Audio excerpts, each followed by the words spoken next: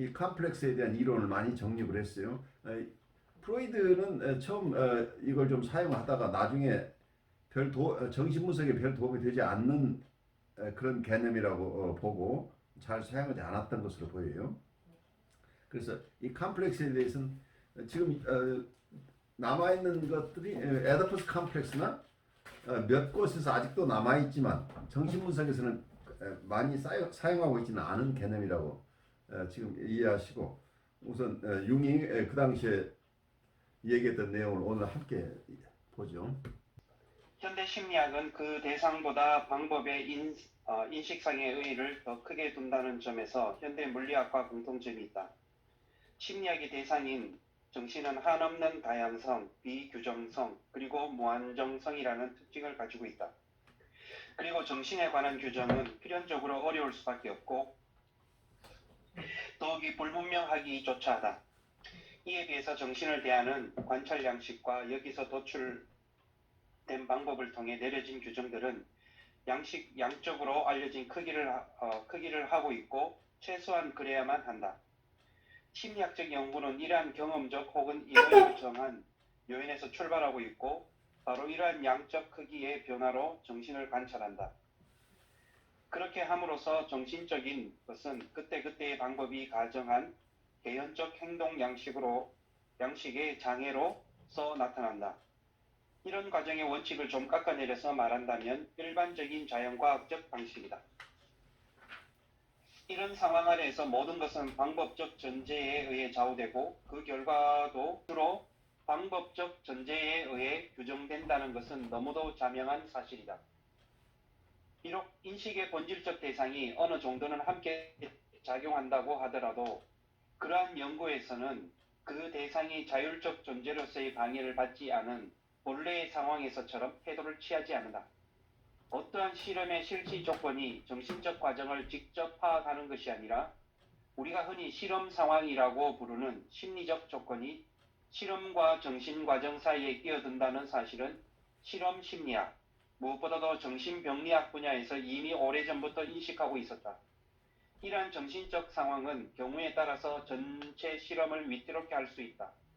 왜냐하면 그 실험 상황이 실험 실시 조건과 심지어 실험이 기초를 이루는 의도와도 동화되기 때문이다.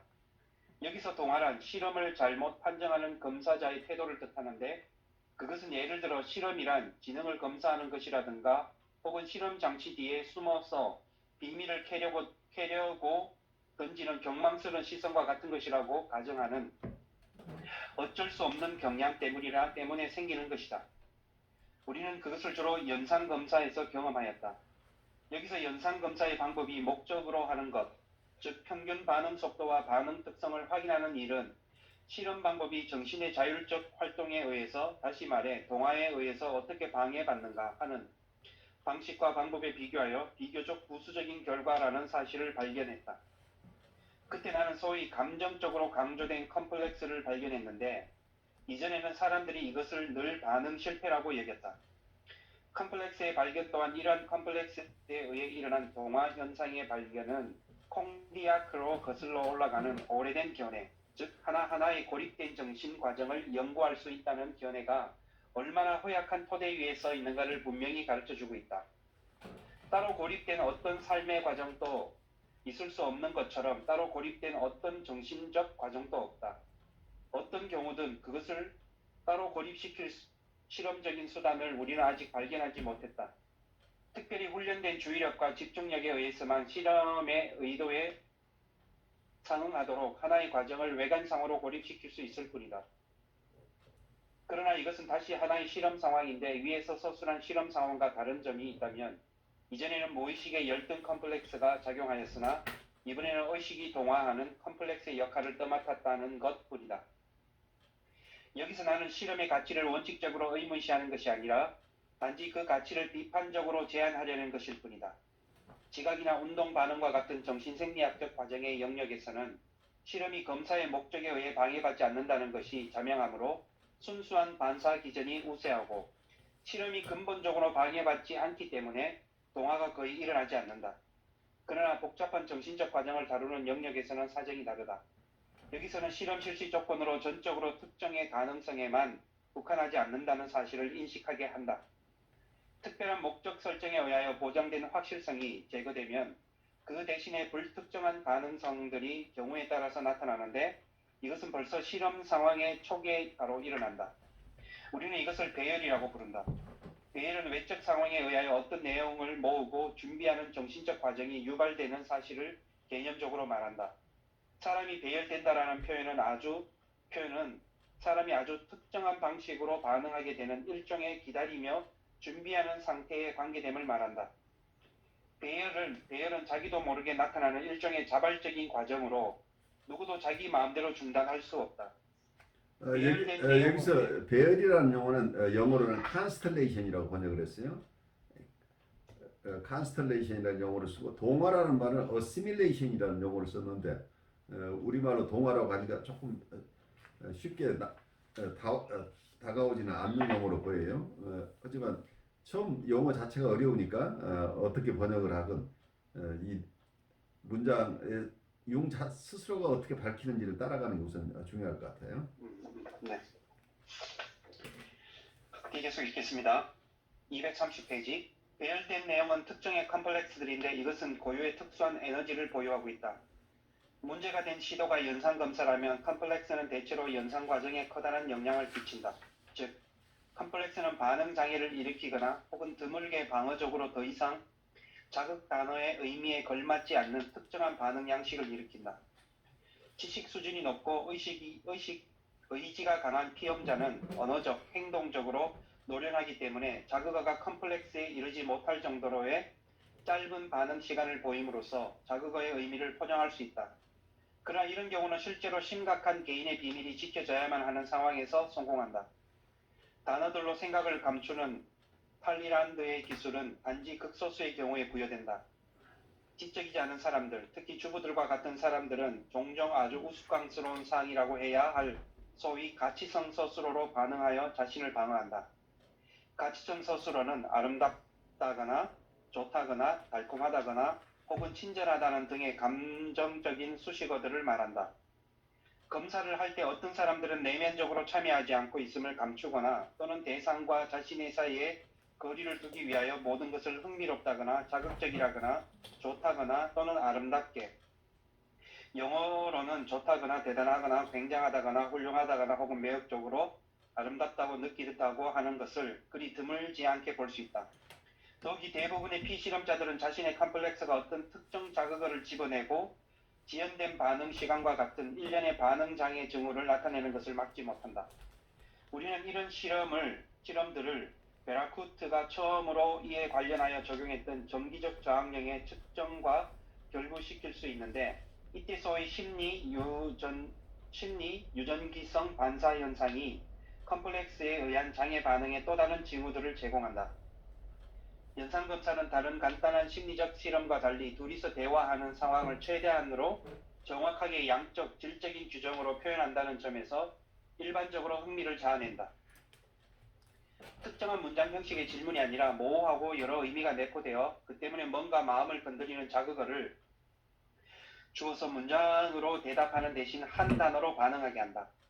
반응 장애를 정확히 관찰함으로써 보통의 대화에서는 종종 고의적으로 지나쳐버리는 사실을 파악하고 기록하여 표현되지 않은 배경과 내가 앞서 지적한 준비 상태 혹은 배열을 확인할 수 있도록 한다. 연산검사에서 일어난 것은 두 사람이 나누는 대화나 다를 바가 없다. 두 사람 간의 대화처럼 연산검사에서도 대화를 하는 상대방을 포함한 대화의 대상이나 상황 전체를 동화하는 컴플렉스들이 있어서 이것들이 필요에 따라서 배열되는 실험 상황이 일어난다. 그 때문에 대화는 대답하는 사람의 의도가 컴플렉스들의 배열에 의해 저지당하고 때에 따라서는 이후에 다시 기억하지도 못하는 엉뚱한 답변을 하여 대화의 객관적 특성과 고유한 목적을 상실하고 만다. 후자의 경우 범죄 수사학에서 증인을 반대 신문하는 데 사용해왔다. 심리학에서는 이것을 기억 상실이나 기억의 오류를 발견하고 지적하는 재생 실험이라고도 한다. 예를 들어 피실험자가 각 자극 단어에 대해 대답한 것을 기억하게 환기하도록 이미 실행한 100개의 반응에 대한 질문하는 것이다. 보통 기억 상실이나 오류는 언제나 컴플렉스에 의해 연상이 방해받는 영역에서 규칙적으로 나타난다. 나는 지금까지 의도적으로 컴플렉스의 특성에 관해 다루지 않고 컴플렉스에 대하여 이미 잘 알고 있을 것이라는 것을 암암리에 전제하고 말하였다. 심리학적 의미의 컴플렉스라는 용어는 독일어와 영어에서 일상 용어로 통용되고 있다. 오늘날 우리는 누구나 컴플렉스를 가지고 있다는 것을 안다. 그러나 컴플렉스가 그 사람을 가지고 있다는 사실은 잘 모르고 있다. 그러나 이론적으로는 이것이 더욱 중요하다. 의식을 정신과 같은 것으로 여겨 의식의 통일성과 그 의지를 최상이라고 주장하는 순진한 전제 때문에 컴플렉스가 현존한다는 것을 의심하는 것이다. 각 컴플렉스의 배열에 의해 의식의 상태를 장애를 일으킨다. 의식의 통일성은 깨져버리고 의지적 의도는 공경에 빠지며 심지어 실행 불가능한 상태가 되어버린다. 기억력 또한 종종 위에서 보는 바와 같은 처지에 놓인다. 컴플렉스는 때에 따라서 에너지로 표현되며 의식의 의도를 넘어설 정도의 커다란 가치를 가지는 심리적 요인임에 틀림없다. 그렇지 않다면 그렇게 마음대로 의식의 질서를 어지럽히는 일이 결코 가능하지 않을 것이기 때문이다. 실제로 활동 중인 컴플렉스는 일시적으로 우리를 부자유의 상태, 강박적 사고 및 행동 상태에 처하게 한다. 그것은 경우에 따라서는 제한적 판별 능력이라는 법률적 개념에 알맞은 것이다. 여기서 네. 제한된 판별 능력이라고 법률적인 용어 개념을 썼는데 그게 아마 diminished responsibility라고 영어에서는 표현을 하고 있는데 어떤 사람들 법률적으로는 금치산자나 한정치산자 이런 개념이 법률 쪽에 사용되고 있죠. 자기가 성인이긴 하지만 자기가 의사 결정을 잘 할 수 있는 능력, 거래를 바르게 인식하고 자기 법률 행위를 잘 할 수 있는 능력이 부족한 분들은 아예 자기 스스로 어떤 법률 행위를 하지 못하도록 금치산 선고를 받으면 그분은 법률 행위의 당사자가 되지 못해요. 한정치산자는 일정 범위 내에서 제한된 능력만 갖도록 금치산자, 한정치산자라는 법률적인 개념은 어떤 면에서는 이분 자신이 어떤 컴플렉스를 가지고 있어서 자기가 의도하는 대로 자기가 계획한 대로 어떤 행위를 할 능력이 없다. 법률 행위를 바르게 할 능력이 없다. 그래서 어쩌면 diminished responsibility라는 게 자기 스스로가 어떤 책임을 질 능력이 없다. 이렇게 볼 수 있는데 이제 그런 개념을 여기서 컴플렉스라는 개념과 연관시켜서 융이 설명하려고 하고 있죠. 그렇다면 학문적으로 감정이 강조된 컴플렉스란 무엇인가? 그것은 감정적으로 강조된 어떤 특정한 심리적 상황의 이미지, 즉 상으로서 습성화된 의식 상황이나 태도와 상용할 수 없는 것이다. 이러한 상은 내적인 폐쇄성을 지니고 있으며 그 자체로서 전체이고 비교적 높은 수준의 자율성을 지니고 있다. 말하자면 의식적 계획의 지배를 거의 받지 않으며 마치 의식의 영역에서 하나의 살아있는 이물체처럼 존재한다. 일반적으로 컴플렉스는 강한 의지에 의해서 억압될 수 있지만 제거할 수는 없으며 적절한 기회가 오면 본래 가지고 있던 힘을 가지고 다시 등장한다. 어떤 실험적 연구에 의하면 컴플렉스의 강도 곡선 혹은 활동 곡선은 물결 모양의 특징을 보이고 있으며 한 파장은 몇 시간, 며칠 혹은 몇 주에 걸쳐 지속된다고 한다. 그러나 이러한 매우 복잡한 문제는 아직 완전히 밝혀진 것이 아니다. 오늘날 우리가 의식의 해리 가능성에 대하여 폭넓게 알게 된 것은 프랑스의 정신병리학자 피에르 자네의 공헌 덕분이다. 자네는 모턴 프린스와 함께 4중, 5중으로 분리된 인격을 밝혀내는 데 성공하였는데 각 인격의 부분들은 조각이기는 하지만 각각의 고유한 성격과 기억을 가진다는 사실을 판명되었다. 각 부분은 상대적으로 서로 독립하여 존재하며 언제든지 서로 교체 가능한데 즉 각 부분은 고도의 자율성을 가진다. 컴플렉스와 관련된 나의 확인들은 정신적 분해 가능성이라고 하는 이러한 불완전한 상을 보완한다. 부분 인격과 컴플렉스 사이에서는 근본적으로 아무런 차이가 없기 때문이다. 부분 인격과 컴플렉스는 부분 의식에 대한 까다로운 문제에 이르기까지 전반적으로 공통되는 특징들을 가지고 있다. 부분 인격은 의심할 나위 없이 나름의 의식을 가지고 있으나 컴플렉스처럼 그렇게 작은 정신의 파편 또한 나름의 고유한 의식을 가질 수 있는가 하는 문제에 대해서는 아직 답을 하지 못하고 있다. 나는 종종 이 문제에 매달려 왔음을 고백한다. 컴플렉스들은 데카르트적 작은 악마처럼 행동하고 도깨비 같은 대회를 하면서 흥겨워하는 것 같다. 컴플렉스들은 틀린 단어를 혀에 올려놓게 하고 소개해야 할 바로 그 사람의 이름을 지워버리고 연주회의 가장 아름다운 피아노 대목에서 기침을 하게 하고 너무 늦게 도착하여 눈에 띄지 않으려고 조심하는 사람을 의자에 걸려 넘어져 커다란 소음을 내게 한다. 컴플렉스들은 장례에서도 애도 대신 축하를 하게 만드는데 그들은 프리드리 테오도르 피셔가 죄 없는 대상들의 혐의를 둔 악의 주범이다. 컴플렉스들은 우리의 꿈속에서 행동하는 사람들이다. 그들 앞에서 우리는 그저 속수무책이다. 컴플렉스들은 덴마크 민담 목사님 이야기에서 그 특성을 잘 드러낸 요정과도 같은 존재이다. 이야기에 의하면 목사님이 두 요정에게 주기도문을 가르치려 했다. 그 요정들은 제대로 따라하려고 온갖 노력을 다했지만 벌써 첫 문장에서부터 하늘에 계시지 않는 아버지여라고 말해버린다. 이것은 컴플렉스가 이론적인 기대에 걸맞게 가르칠 수 없는 것임을 보여주는 예라 하겠다. 학문적인 문제를 이런 식으로 온유화한다고 너무 화내지 않기를 바란다. 컴플렉스 현상에 관한 철저히 객관적인 설명조차도 컴플렉스의 자율성이라는 인상적인 사실을 피할 수 없다. 그리고 그 본성을 깊이 탐구하면 할수록 나는 거의 컴플렉스의 생물학을 탐구한다고 말하고 싶을 정도다.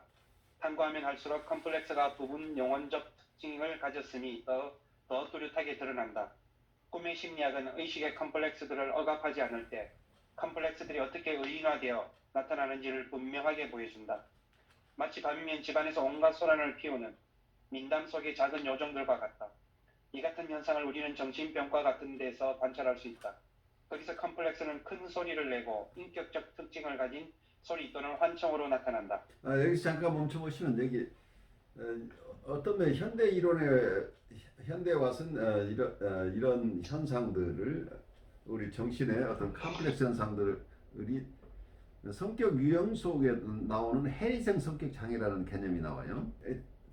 디소시에이션이라는 개념, 해리라는 개념. 여기는 어떤 인격의 파편화 현상을 해리라고 볼 수 있는 거죠.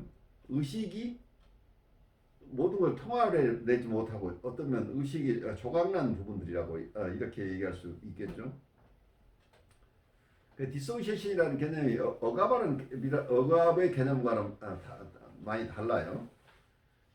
그래서 어떤 그것이 수평적 혹은 수직적 스플릿이라고 나눠해서 하나는 억압은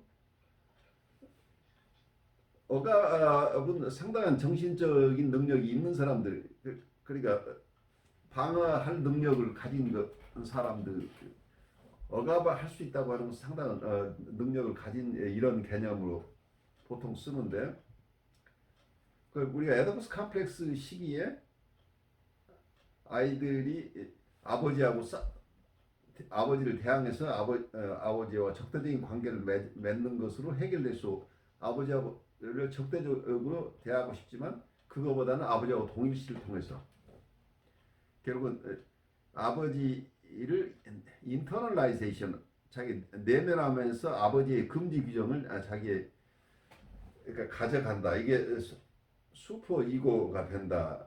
이제 이런 개념을 우리가 쓰고 있는데, 그 슈퍼 이고가 형성이 됐다고 한다면 자기 안에 무서운 부모가 자기 안에 내면화되니까 이 무서운 부모가 금지시키는 것을 자기 안에서 슈퍼 이고가 그런 기능을 할 수 있다고 얘기를 할 수 있겠죠. 그래서 어떤 면은 이렇게 슈퍼 이고하고 관련돼서 설명도 하는데, 프로이드의 이론이 굉장히 애매한 부분이 슈퍼 이고하고 이고의 기능이 명백하게 구별되는 것 같은데, 그 도덕적인 그 부분만을 떼어서 슈퍼 이고라고 한다. 그렇지만 사실은 슈퍼 이고 내용 속에는 도덕적인 내용이라고 보기 어려운 것들이 많이 섞여 있죠. 그래서 그 개념화가 쉽지 않은데, 어쩌면 방어 기능이라고 하는 것은 또 이고의 기능이라고 얘기를 하죠. 이고의 무의식적인 기능 속에 방어를 사용하고 있는데, 뭔가 그래서 비도덕적인 윤리상으로 허용되지 않는 어떤 아이디어나 생각, 경험 이런 것을 억압할 수 있게 되죠. 이거 리프레션이 일어난다. 리프레션을 할 수 있는 건 이고의 펑션이고 어쩌면 리프레션 하는 과정 속에서는 이고와 슈퍼 이고가 연합해서 그 이드 속에 있는 욕동을 억압한다. 이제 이렇게 우리가 개념화할 수 있는데 이렇게 억압을 할 수 있는 상황하고는 또 달리 이런 억압이 일어나지 않은 상태에서 어떤 마음의 부분들이 조각나 있는 그러니까 인격이 동일한 인격이 아니고 각각 다른 인격이 동일한 사람한테 있다 이런 개념이 되죠. 그래서 굉장히 나이스한 분으로 알았는데 어느 순간에 보니까 나이스한 굉장히 폭력적인 부분이 드러나는 사람을 만나게 되죠. 그런데 보통 억압을 할 수 있는 사람은 폭력성이 있는 것이 폭력성을 가지고 있다고 하냐 이게 무의식적으로 억압되어 있으니까 특별한 경우에 따라서 이게 액팅아웃이 일어날 수는 있지만 자기 마음 안에서는 이 두 가지가 동시에 있다고 느끼지 않는 거죠. 그런데 이 해리되어 있는 상태에서는 자기 안에 어떤 특정한 심리 상태가 드러나고 그 다음 상태 폭력적인 자기와 아주 인자한 자기 이 두 가지가 번갈아 가면서 이 사람한테 나타나는 그래서 이제 이런 경우에 여기서도 자네라는 프랑스 그 당시에 그 자네가 유명한 히프노티스트죠. 최면술사 연구에서 우리 안에 4중 5중의 인격이 있는 것을 밝혀냈다고 하는데 이런 인격의 다중성에서 어쩌면 이 컴플렉스 이론의 아이디어를 얻었다 이렇게 얘기할 수 있겠죠. 그래서 우리 안에 억압된 게 아니고 공존하는 어떤 인격이 여럿이 있는 것처럼 느껴진다. 다중인격 현상이 일어날 수 있는데 우리가 보통 이중인격이라는 말을 쓰는데 다중인격이라는 말은 많이 쓰지 않지만 임상에서는 나타날 수 있는 현상이라고 이제 보는 거죠.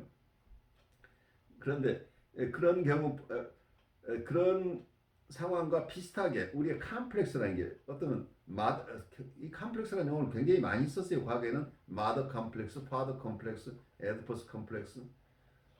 그래서 어떤 특정한 강렬한 정서나 어떤 생각과 관련해서 마치 그게 어떤 우리의 마음 안에서 한 독립 영역을 구축하고 있는 것 같은 어떤 감정의 핵들이 모여 있는 것 같은 그래서 그 사람 어떤 면은 컴플렉스가 우리가 컴플렉스를 가지고 있다고 할 수 있지만 컴플렉스가 우리를 가지고 있다 이런 개념을 아시죠? 융이 쓰고 있죠. 컴플렉스가 우리를 지배할 수도 있다는 얘기 어떤 경우는 그런데 이런 개념화가 우리 인격을 파악하는 도움이 되는 개념이냐 아니냐는 별개로 치고 융 입장에서는 이 컴플렉스라는 개념을 잘 살려서 우리의 마음을 그리고 마음을 기반으로 한 우리의 정신활동이나 그 정서적인 어떤 사고를 중심으로 해서 다시 또 행동으로 일어나는 것들 그래서 사고와 행동, 정서 이런 것들이 하나에 연결되어 있는 뭔가 어떤 반응을 가져오는 어떤 정서와 다른 사고의 하나의 집단 같은 게 우리 마음 안에 있는 것처럼 느끼는 그래서 우리의 하나의 인격의 한 파편이 모여 있는 것 같은 그런 현상을 컴플렉스라는 이론으로 설명해내려고 하고 있는데 아마 융도 여기서 굉장히 욕심은 가지고 있는데 그걸 잘 설명해내기가 쉽지 않은 것처럼 느껴져요. 오늘날 컴플렉스란 전체에서 떨어져 나간 부분 정신들이라는 가설이 확인되었다고 보아도 좋을 것이다. 물론 컴플렉스의 기원은 흔히 외상, 정서적 충격 등과 같은 것들이며 이로 인해 한 조각의 정신이 떨어져 나간 것이다. 물론 가장 흔한 원인은 도덕적 갈등이다. 이러한 도덕적 갈등의 결정적 근거는 인간 존재 전체를 긍정적으로 시인하기가 외견상 불가능한 데 있다. 이 불가능성은 자아의식에 그것을 알든 모르든 상관없이 직접적인 정신의 분리로 존재한다. 일반적으로 컴플렉스에 대해서는 뚜렷한 무의식성을 볼 수 있는데 이때 컴플렉스에는 당연히 더 큰 활동의 자유가 허용된다. 이런 경우 컴플렉스의 동화력은 매우 특별한 작용을 한다. 즉 컴플렉스에 대한 무의식성은 심지어 컴플렉스로 하여금 자아를 동화시키도록 하여 일시적이고 무의식적인 인격의 변화를 일으키는데 이를 컴플렉스와의 동일성이라고 한다. 이러한 현대적인 개념이 중세에는 다른 이름을 가지고 있었다. 그러니까 그 여기서 당시에 네. 여기서 잠깐 멈춰서 보면 이 컴플렉스가 어떤 경우에는 컴플렉스가 자아를 동화시킨다. 아까 어시밀레이션이라는 용어를 썼는데 자아를 결국 변화시킨다는 얘기죠. 자아를 변화시켜서 일시적이고 무의식적인 인격의 변화가 일어난다. 그 컴플렉스의 영향을 받아서 인격의 변화가 생길 수 있다. 그래서 이걸 컴플렉스와의 동일성이라고 이렇게 얘기를 하고 있는데, 그래서 어떤 만약에 융이 생각하는 이 컴플렉스가 있다고 한다면 이 컴플렉스 자체가 우리의 인격에 직접적인 영향을 줄 수 있다고 지금 설명하고 있는 거죠. 그래서 이건 굉장히 중요한 개념이죠. 만약에 우리의 이 컴플렉스가 우리 안에 중요한 컴플렉스가 있다고 한다면 이것이 이 컴플렉스가 잘 이해되고 해소되지 않는다고 한다면 우리 인격이 항상 이 컴플렉스의 지배에서 벗어나기 어려운 상태, 예속된 상태에 있을 수 있다고 이야기할 수 있겠죠. 그 다음 얘기를 들어보죠. 네. 235페이지. 그 당시에는 이것을 사로잡힘이라고 불렀다. 사람들은 이러한 상태를 꽤 해로운 것으로 여기지만 컴플렉스 실현과 사로잡힌 자의 격한 신성 모독적 발언 사이에는 원칙적으로 아무런 차이가 없다. 단지 정도의 차이가 있을 뿐이다. 그에 대해서는 언어적 관용의 역사가 매우 많은 신뢰를 제공하고 있다. 컴플렉스 정동에 대하여 오늘 그에게 뭐가 또 지나간 거냐? 오늘은 그 사람에게 어떻게 된 거야? 그는 악마의 등에 태워졌어. 그는 악마에게 사로잡힌 거야. 등으로 말한다. 이렇게 잘 다듬어진 은유에서 사람들은 당연히 그 본래의 의미를 생각하지 않는다. 그러나 그 본래의 의미는 물론 쉽게 인식할 수 있으며 게다가 보다 원시적이고 보다 소박한 사람은 장애를 주는 컴플렉스를 심리화하지 않고 오히려 그 자체로 즉 악령으로 파악했다는 사실을 가리키고 있음에 틀림이 없다. 보다 의식이 발전하여 이제 자아 컴플렉스 또는 자아 의식성을 그토록 강력하게 만들었으므로 컴플렉스는 자신의 본래적인 자율성을 언어 사용에서도 박탈당했다. 일반적으로 사람들은 나는 컴플렉스가 있다라고 말한다. 의사는 히스테리성 환자에게 경고할 때 당신의 아픔은 사실이 아닙니다. 당신이 아프다고 그저 상상할 뿐입니다. 당신은 아프다고 그저 상상할 뿐입니다. 라고 말한다. 감염 불안은 환자의 의도적인 상상이며 사람들은 어쨌든 그가 망상에 빠져 있는 것이라고 설득하려 든다. 마치 컴플렉스란 환자들에게 의해 발명되고 상상된 것이고 환자가 의도적으로 불러들이는 노력을 하지 않았다면 전혀 존재하지 않을 것이라는 점이 의심의 여지가 없이 확실한 것처럼 여기는 현대의 통상적인 견해가 문제를 그렇게 다루고 있는 것을 쉽게 볼 수 있다. 그에 비해서 확실한 것은 컴플렉스가 뚜렷한 자율성을 가지고 있다는 것. 신체적으로 근거를 댈 수 없으나 상상되는 아픔은 신체가 아픈 것과 마찬가지로 아프다는 것. 그리고 환자 자신이나 의사 그리고 위의 경우처럼 일반적인 위로의 말로 그 병이 단지 상상일 뿐이라고 안심시키더라도 질병 공포증은 사라지지 않는 경향을 가지고 있다는 것이다. 우리는 여기서 이른바 재앙을 방지하기 위한 이해 방식의 흥미있는 예를 본다. 이 이해 방식은 고대 그리스의 왕국 어법과 동일선상에 있으며 조언바다는 그 가장 전형적인 예이다.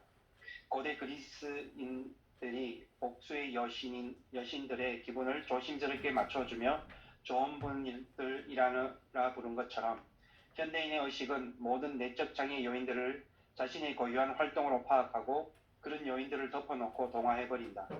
물론 이것은 재앙을 방지하려는 왕국법이라는 공원 아래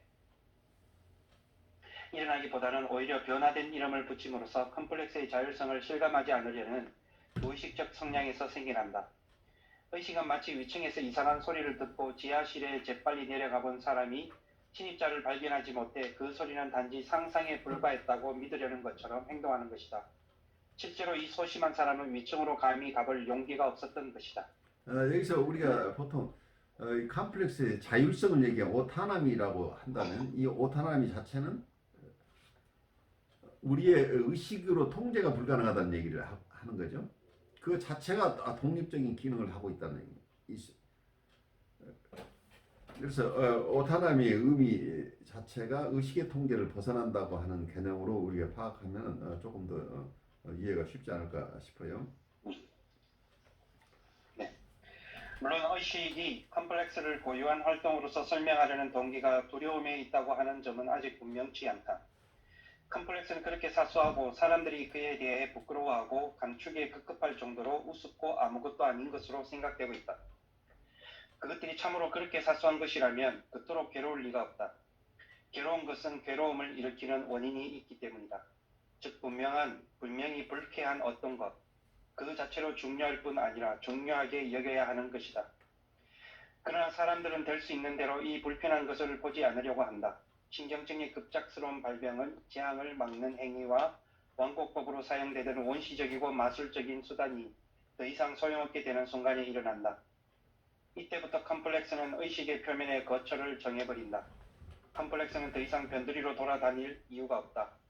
이전의 상태에서는 이 의식이 컴플렉스를 동화하려 했다면 이제 컴플렉스가 차츰 의식을 동화시킨다.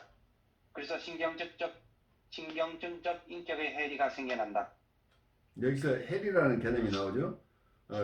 Neurotic Dissociation of the Personality라는 용어를 써요. 그러니까 헬이 인격의 헬이 현상이 일어났다고 보는 거죠. 그런데 융이 여기서 리프레션과 어떤 헬이를 엄격하게 구별하고 있는지, 그러니까 코우시 얘기한 대로 어떠면은 수직적 분열과 수평적 분열 이런 개념처럼 엄격하게 억압과 분열 혹은 디소시에이션을 구별하고 있는지는 명확하진 않아요. 그런데 현대에 와서는 이런 디소시에이션 개념,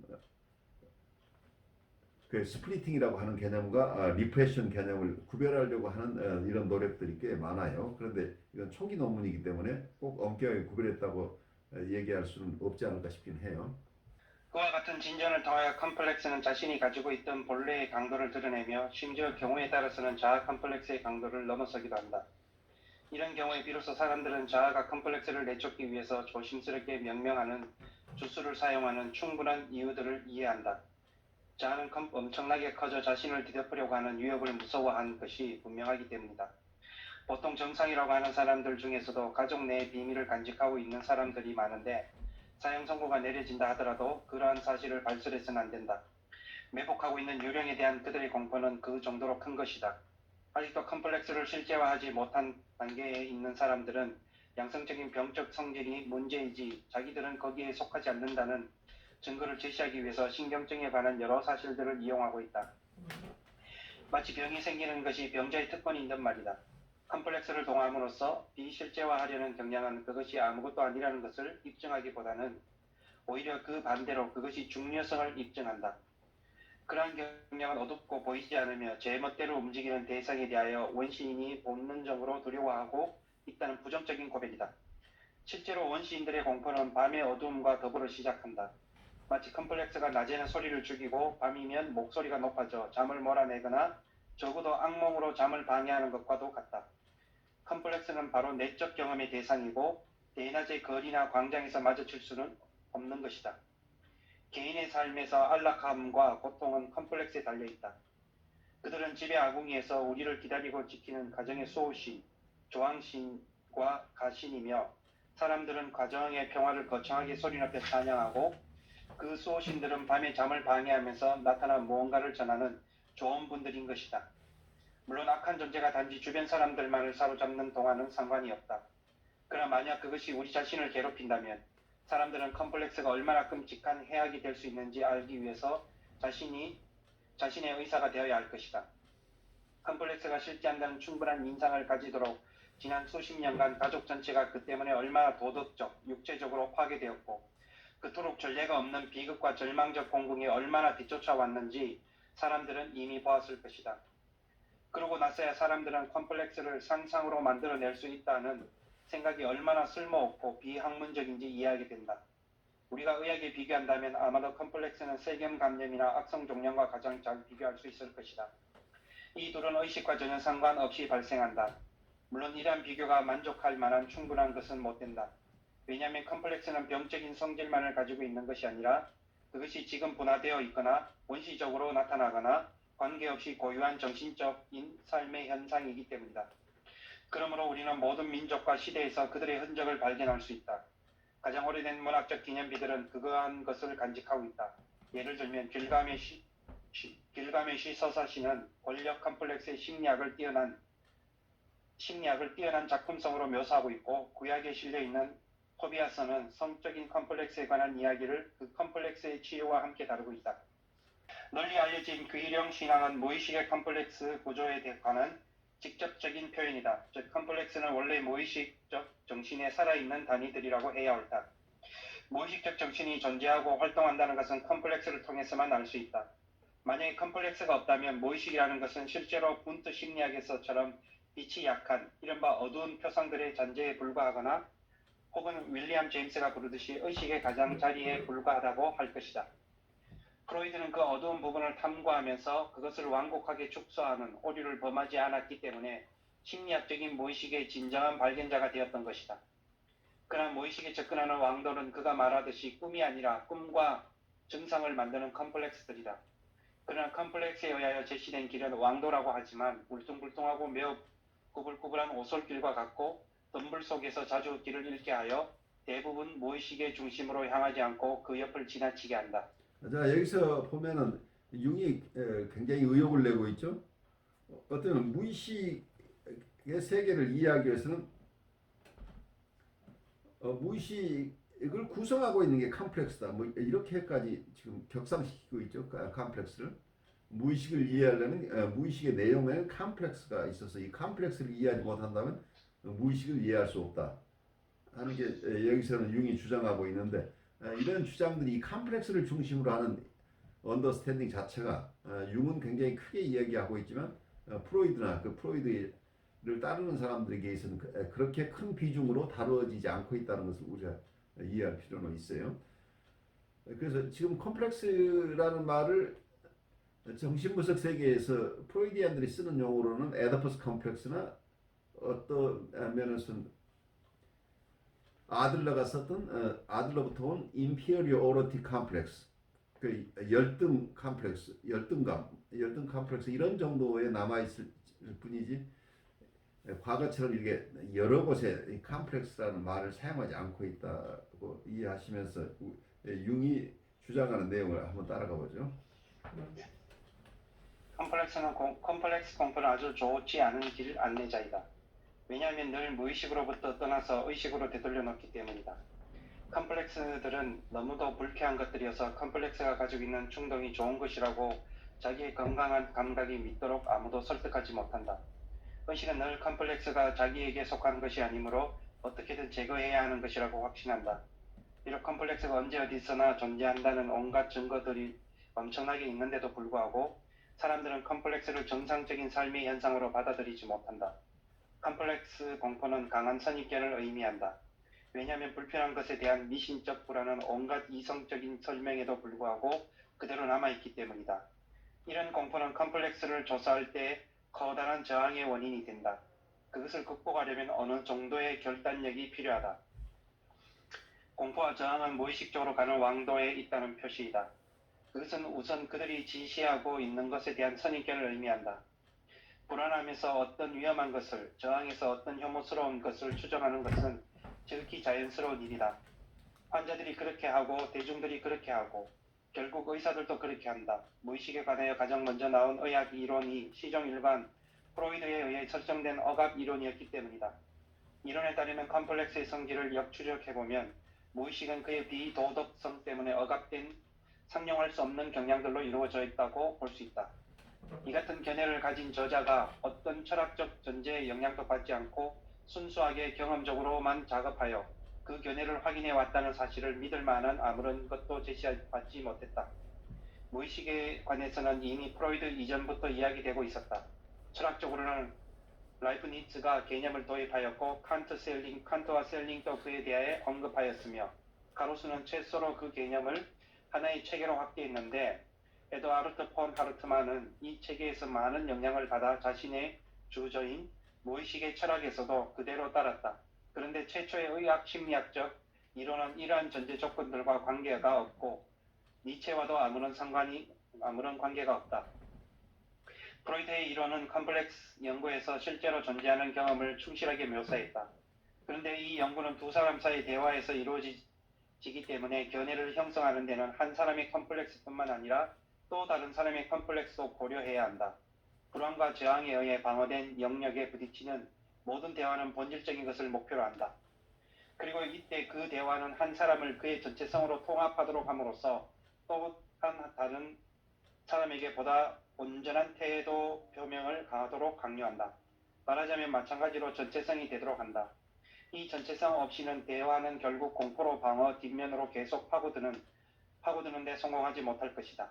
아무리 연구자가 편견이 없고 객관적이라고 해도 자신의 컴플렉스를 간파할 수는 없다. 자신의 컴플렉스 또한 다른 사람의 컴플렉스와 마찬가지로 똑같은 자율성을 즐기기 때문이다. 컴플렉스가 자기를 외면하지 않은 것처럼 자신의 컴플렉스를 외면할 수 없다. 왜냐하면 컴플렉스는 정신적 체질에 속하며 그것은 각 개체에서 절대적으로 혹은 미리 정해진 것이기 때문이다.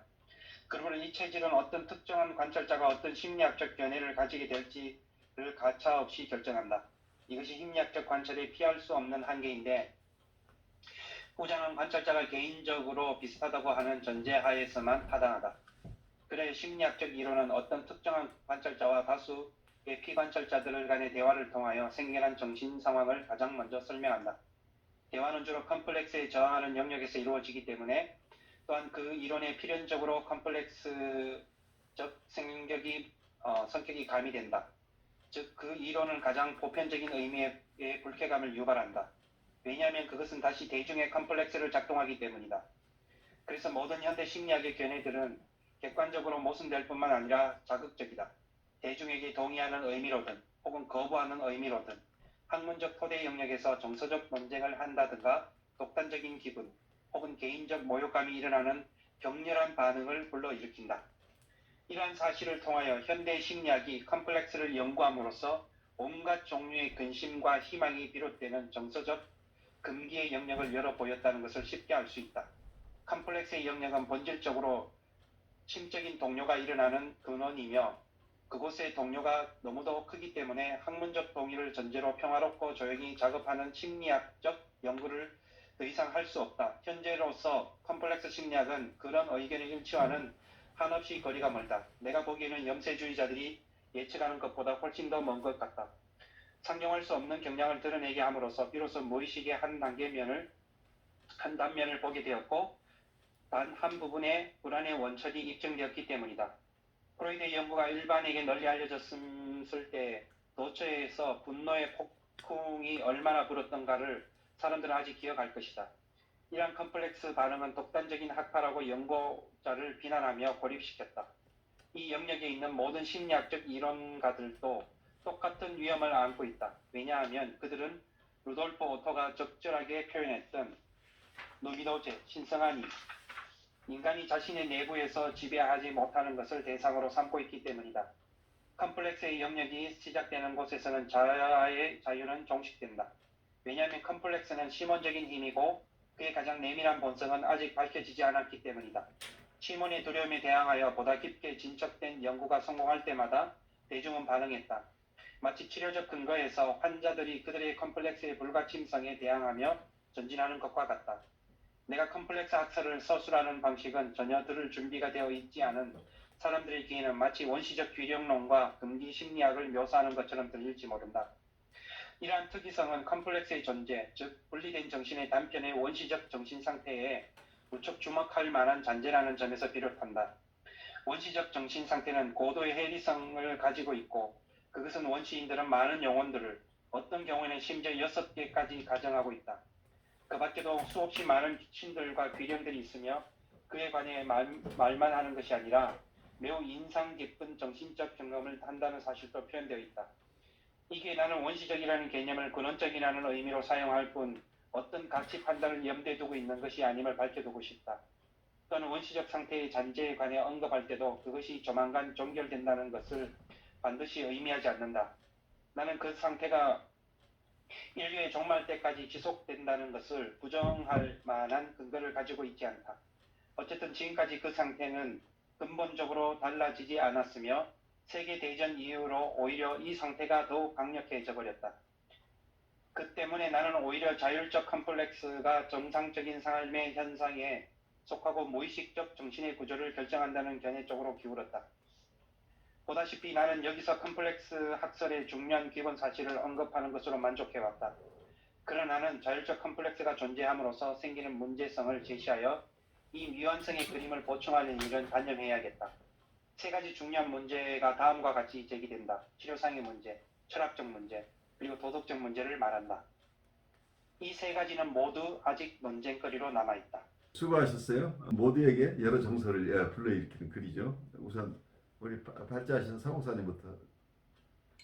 네, 이걸 저도 처음에 정리를 하려고 이렇게 무진작 예를 좀 썼는데 어떤 생각해 보면 여기서도 언급됐지만 어떤 단어들을 제시했을 때 그 단어에 보이는 역반응이 했는데 저도 그런 단어들이 저한테 들어올 때 제가 못 받아들였는지 몇 번을 읽어도 이게 정리가 안 돼서 이게 이제 뭐 작업하는 걸 멈추고 그냥 읽어야겠다라고 생각을 했는데 쭉 읽으면서 어떻게 보면 저는 이제 마지막 안에 제가 한번 이렇게 책을 읽으면서 하나 더 제가 추가한 글자가 있거든요.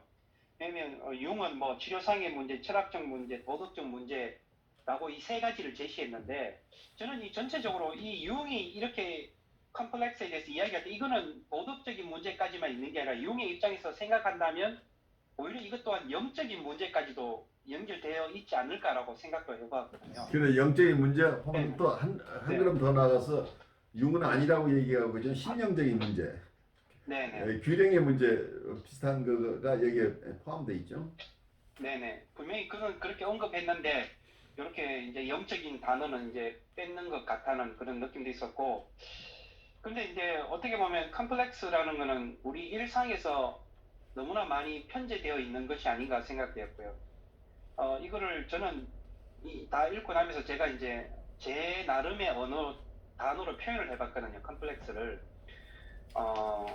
어떻게 보면 이 컴플렉스를 뭐 이미 다른 모든 분야에서 이건 다 사용되는 거지만 제 안에 뭔가 알 수 없는 해결되지 못하는 상처가 아닌가 생각하기도 하고 제 언어로 표현해 봤을 때 네.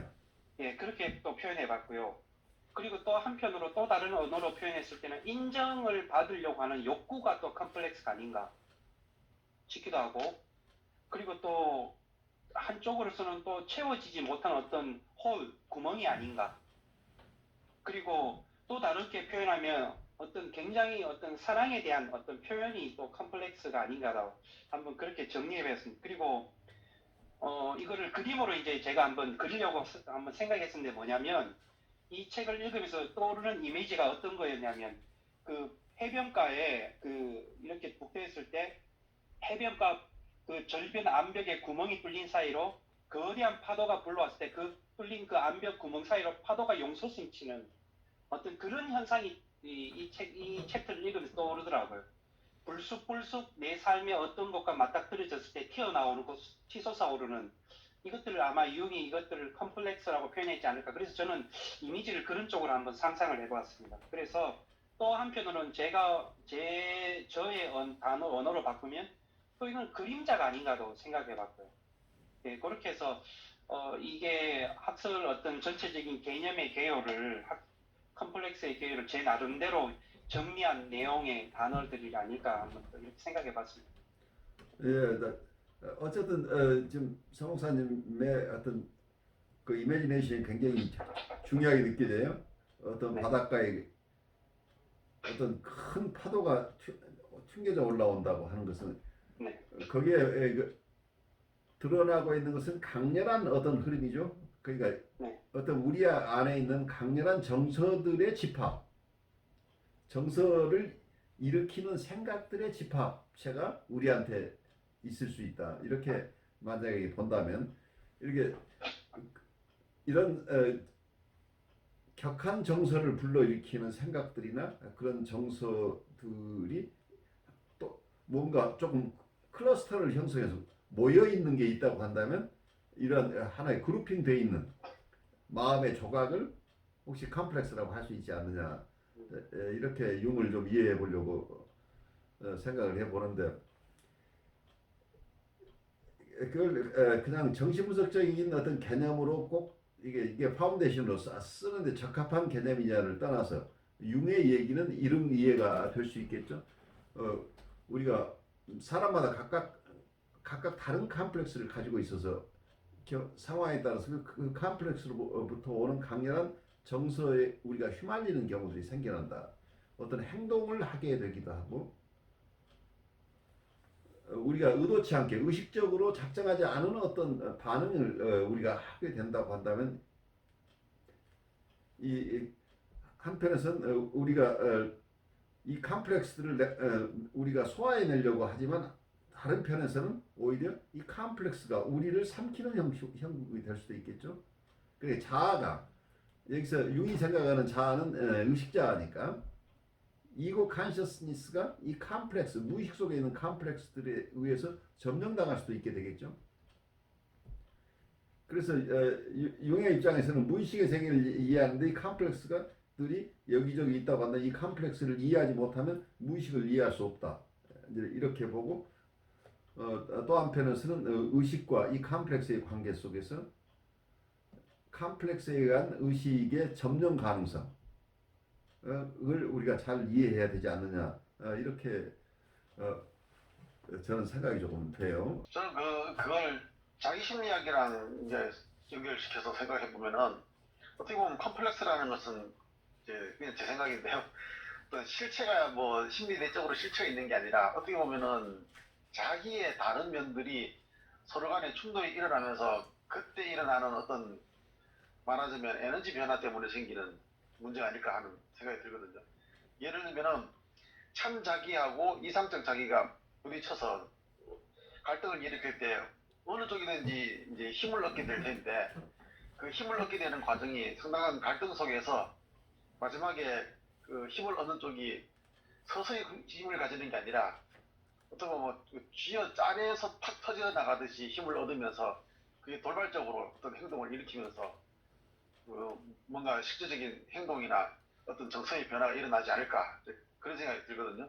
왜냐하면 컴플렉스라고 말할 수 있는 게, 어떨 때는 참자기를 실현하기 위한 몸부림일 때도 있고, 어떨 때는 참자기 실현을 갖다가 탁 막아버리는, 그러니까 뭔가 꼬여있는 그런 것들, 예를 들어서 이상적 자기라든지 뭐 현실적 자기라든지 이런 것들이, 그런 것들이 참자기를 눌러버리면서 툭 튀어나오기 때문에 컴플렉스라는 자체를 긍정적으로 부정적으로 어느 쪽으로도 볼 수가 없다는 생각이 들거든요. 네, 그렇죠. 그러니까 이게 지금 융의 개념에 의한다면 무의식의 어떤 하나의 중요한 단위라고 한다면, 이걸 꼭 병리적으로 작용하는 게 아니고 건강하게 작용할 수 있다. 이 두 가지가 다 함께 있어서 어느 쪽이라 규정하기를 필요는 없지 않나는 생각이 들어요.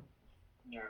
아까 그 나온 책 내용 중에서 보면은 이제 어떤 목사님이 요종들에게 그 주기도문을 가르칠 때 하늘에 계신 뭐 아버지였는데 하늘에 계시지 않는 아버지라고 말하는 거는, 그걸 단순하게 그냥 그 블레스퍼미, 그 신성모독으로 볼 게 아니라, 어쩌면 그 속에서 현실 속에서 겪었던 자기의 현실 감각에서 나온 어떤 그 외침일 수도 있거든요. 예, 그렇죠. 예. 네.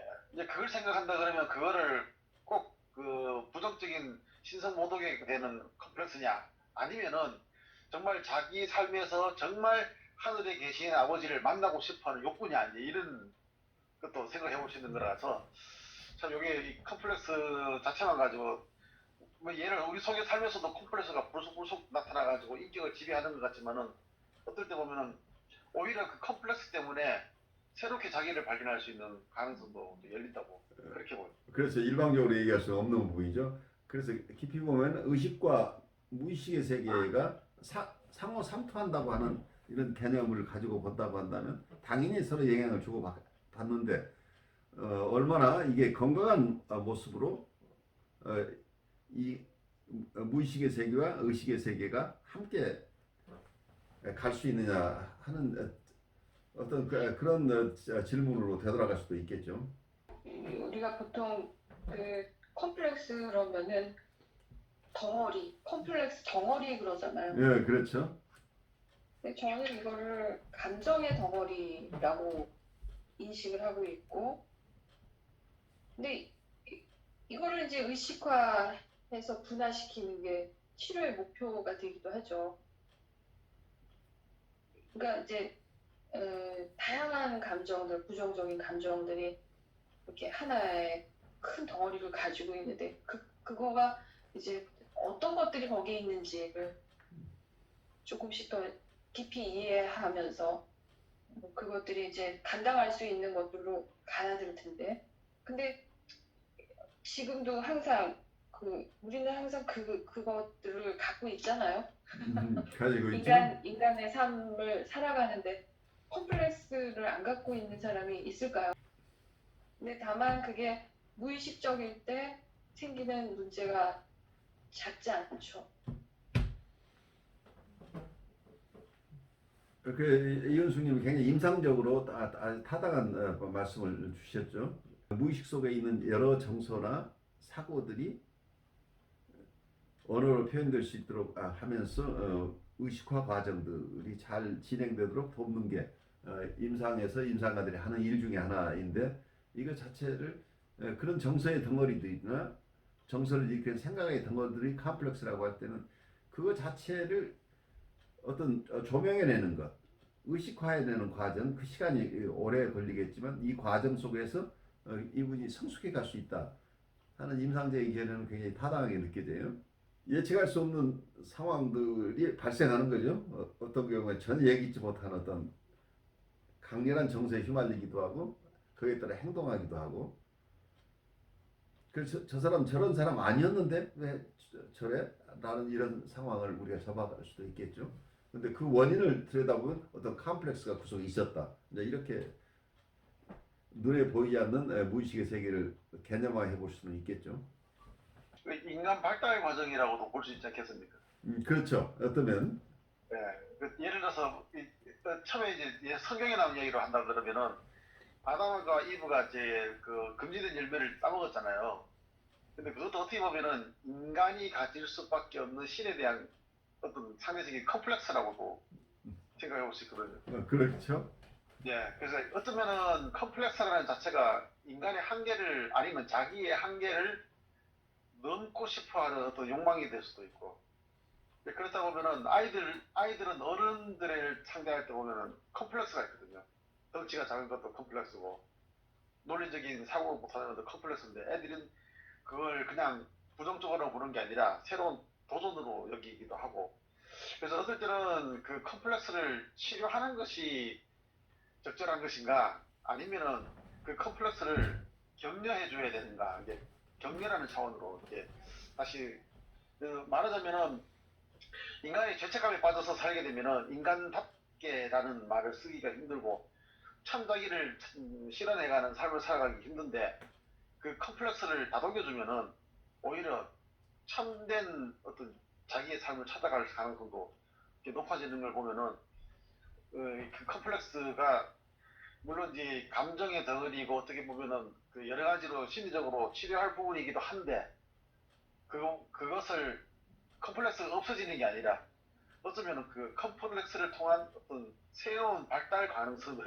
그걸 찾는 게 더 적절한 방법이 아닌가. 어쩌면 인격의 통합화 과정, 인티그레이션에 가는 과정이라고 할 수 있겠죠. 무의식 속에 여기저기 있는 게 어떤 컴플렉스들이 있다고 한다면 이 컴플렉스들을 의식화해 나가면서 점점 내 의식 자아가 영역을 넓히면서 무의식과 조화롭게 가는 과정이라고 볼 수도 있겠죠. 그러면 그 속에서 어떤 컴플렉스가 그 현상 자체를 아까 자기심리학적으로 얘기를 한다면 지금 어떤 컴플렉스를 가지고 있거나 있는 그대로 그 컴플렉스를 우리가 공감해 주는 것이 우선 첫째겠죠. 그래서 우리가 내담자의 어떤 컴플렉스를 우리가 만난다고 한다면 그 컴플렉스를 우선 저지멘탈하게 판단적으로 접근할 게 아니고 우선 그 컴플렉스가 무엇인지 어떤 정서의 덩어리인지 우리가 알 수 없죠.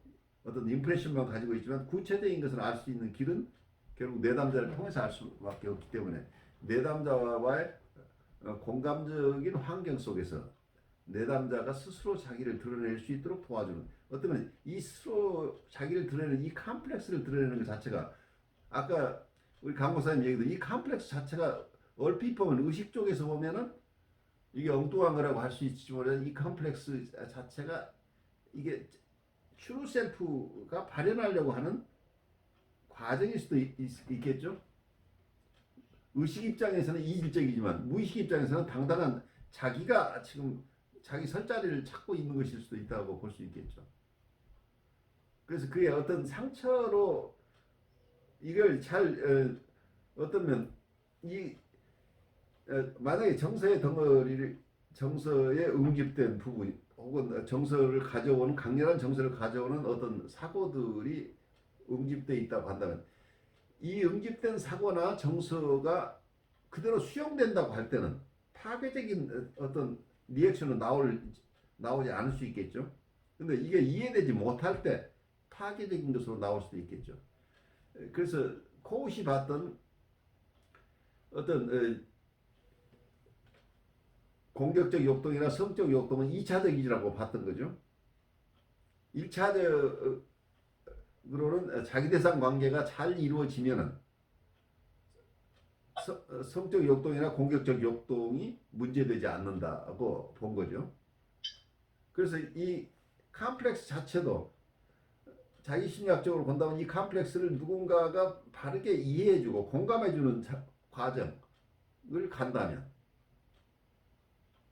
거기서부터 어쩌면 그 정서들이 잘 표현되면서 건강한 부분은 자기의 참자기의 부분일 것이고 어떤 면은 거기에 병리적인 부분이 있다고 한다면 그 병리적인 부분마저도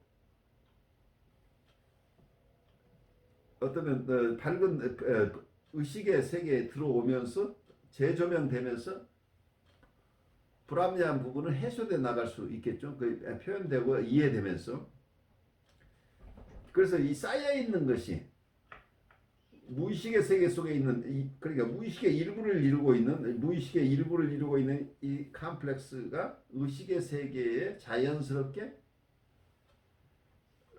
영입돼 나가는 과정을 어떤 상담자나 아니면 그 주위의 부모님이나 이 내담자나 아이를 돕거나 키우는 분 입장에서는 그런 컴플렉스들을 두려워할 부분이 아니고 어쩌면 발달 심리적으로 봐서 굉장히 중요한 것이라고 보고 같이 동반해 줄 필요가 있지 않느냐 하는 생각도 해봐요. 저는 이게 어떻게 보면 또 마냥 또 어떻게 보면 긍정적으로 볼 수도 긍정적이라는 말보다도 좋은 쪽으로 볼 수만 봐서는 안 된다는 게 양날의 검이라고 생각합니다. 그렇죠, 예. 저희가 이거 있지 않습니까? 왜 아주 잘 훈련된 그 맹견들을 이제 경기장 안에서 이제 달리게 할 때 양쪽을 가리고 앞에 모형 토끼 인형을 트랙을 돌 때 그게 더 빠르게 돌아가게 함으로써 굶주린 그 개가 그걸 보고 끊임없이 그걸 잡기 달려가는 건데 제가 이것과 연결시킨 게 뭐냐면 이거는 한 토끼는 하나의 그 개가 가지고 있는 컴플렉스를 건드리는 요인이 되는 거고 그래서 자극을 주는 거죠. 네, 자극을 주는 거고 사냥의 어떤 그 와일드한 것들을 본성을 드러내게 하는 것이라면 그럼 그것으로 인해 가지고 그것이 목적을 달성했을 때 그것 목적 달성한 것으로 주는 그 주변에 있어서는 그게 굉장히 좋은 컴플렉스의 역할을 할지 모르겠으나 그 개한테는 제가 봤을 때는 오히려 개가 가지고 있는 그게 하나의 인격이 더 파편화되고 더 파괴시키는 역할을 하지 않을까. 한쪽은 좋을 수 있잖아. 한쪽은 또 이것들이 어떤 이 컴플렉스라는 것을 통해서 더 파괴되고 파편화되고 어떤 해리성적으로 갈라지는 어떤 인격의 분리가 더 일어날 수 있지 않을까. 하나는 통합이라는 것들을 얻을 수 있지는 모르지만 반대편에서는 그것이 오히려 더 역기능적으로 바뀔 수 있지 않을까. 저는 이렇게 한번 또 생각이 굉장히 중요한 포인트죠. 그러니까 네. 어떤 면에서 어떤 그 현상 자체가 위험하다 아니면 이게 발달에 도움이 된다가 아니라 그것을 어떻게 이해하고 그 현상을 어떻게 접근하느냐 주위에 있는 분이 돕는 분이 어떤 입장에서 그 컴플렉스를 이해하고 도울 것인가 하는 부분하고 또 개인의 인격 성장 입장에서 본다면 개인 스스로가 자기의 컴플렉스를 있는 그대로 바라볼 수 있는 힘이 있다면 그 속에 긍정적인 것과 부정적인 것을 함께 식별해낼 수 있겠죠. 근데 그럴 역량이 없는 상황에서는 이 정서를 만나기 어려워서 이 정서가 자기를 해리시키기 때문에 분열이 너무 심해져서 감당할 수 없을 수도 있게 되겠죠. 그래서 아까 얘기도 두 가지 측면이 같이 있다고 느껴져요. 어떻게 보면은 이 컴플렉스라는 용어 자체가 꼭 이 특정한 무언가로만 얘기될 게 아니고 어떤 심리학적인 용어로 다르게도 많이 표현될 거라고 생각합니다. 이미 다른 용어로 다 수용되고 있어요. 그리고 정신분석 세계 속에서는 다른 여러 개념으로 개념화되고 있는데 원래 융이 초기에 가졌던 생각을 가지고 우리가 융의 얘기를 들으면서 컴플렉스가 원래 융은 어떻게 쓰고 싶어 했는가를 우리가 보고 있는 거죠. 이 내용들은 그 컴플렉스 이론으로 소화된다고 하기보다는 다른 이론 속에 이러한 현상들을 다 담아내려고 정신분석학계에서는 많은 이론들을 발달시키고 있다고 보여요. 예를 들어서 뭐 방어 기제도 일부 포함되어 있고, 그렇죠. 뭐 자아심리학, 자기심리학 이런 것들이 다 이렇게 다 교집합된 것들을 이렇게 모아놓은 거를 갖다가 컴플렉스라고 그렇게 보는 것 같아가지고 그러다 보니까 이야기들이 이게 돌려보면은 이게 다 이게 뭐냐면은 아는 이야기를 이렇게 관점만 바꿔가지고 살살살살 돌려보는 그런 느낌이에요. 그렇죠. 그러니까 같은 현상을 가지고 여러 측면에서 바라보고 있는 거죠.